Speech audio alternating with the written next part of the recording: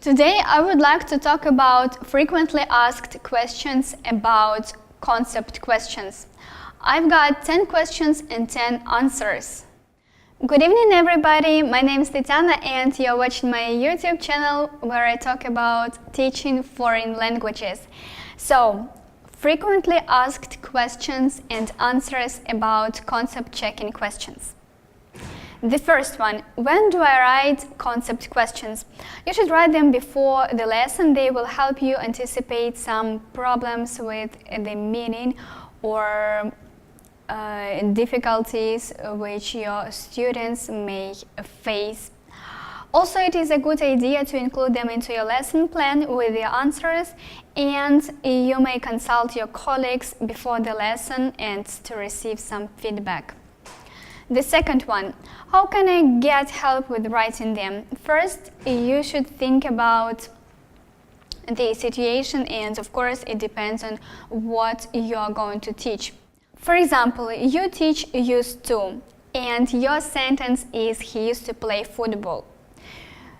So you make 3, for example, sentences with this meaning.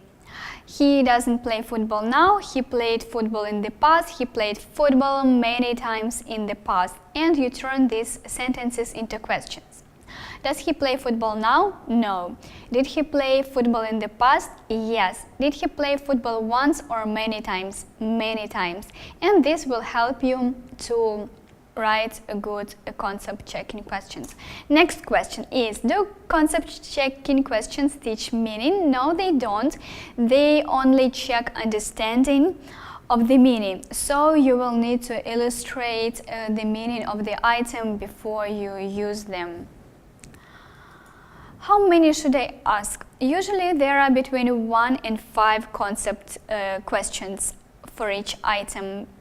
And it all depends on the things you are going to teach. You may have 1 question for 1 item, or you may have 5 questions for 1 item you are teaching.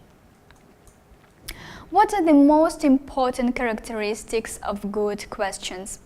They are short and simple. They require short and simple answers, such as yes, no, we don't know. And of course, I forgot to tell you that you shouldn't include target language into your questions.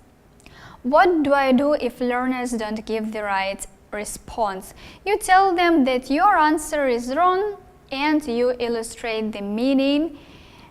And of course, you understand that your students did not understand. Is there anything I shouldn't do? Yes. The first thing is that you shouldn't use the language of the item in your concept question. So if you teach used to, your questions should not be with used to. You cannot ask, did he used to play football? You will not check the understanding of this used to. The second one is that you should remember that some expressions and lexical items, when you teach them, you may also ask about register and style as well. For example, is it formal or informal? Is it always best to use concept questions? Can't I just tell them the meaning? Yes. On some occasions, it can be more effective to simply tell the students the meaning. But you should also remember that CCQs have the advantage of getting the students think about meaning and highlight the essential concepts of language items. Are CCQs the only way of checking understanding? No, of course not. There are other ways. For example, match words and definitions, respond to comments, or for example, students give examples of using the language, or you do some exercises from your course book using the target language, and thus you check your students if they understand something or they do not understand.